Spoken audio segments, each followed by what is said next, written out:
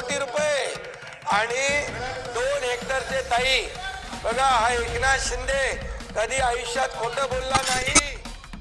शेतकऱ्यांसाठी अत्यंत आनंदाची बातमी आलेली आहे। जे शेतकरी व्हिडिओ शेवटपर्यंत पाहतील त्यांना संपूर्ण माहिती पाहायला मिळेल। त्यापूर्वी चॅनलवर नवीन असाल तर आपल्या चॅनलला आता सबस्क्राइब करा, जेणेकरून आपल्याला नवीन येणारा व्हिडिओ सर्वात अगोदर पाहायला मिळेल। ई-केवायसी तत्काळ करा, अन्यथा भरपाई मिळणार नाही।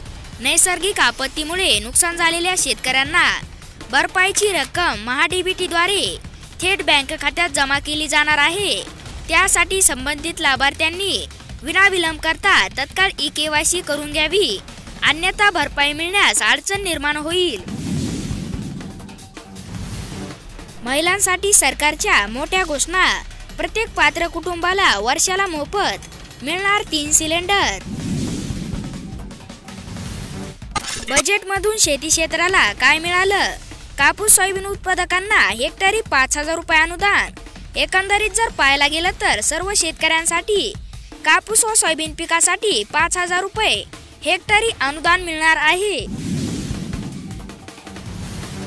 दूध उत्पादक शेतकऱ्यांसाठी अत्यंत आनंदाची बातमी, गाय दूध उत्पादक शेतकऱ्यांना प्रति लिटर 5 रुपये अनुदान मिळणार।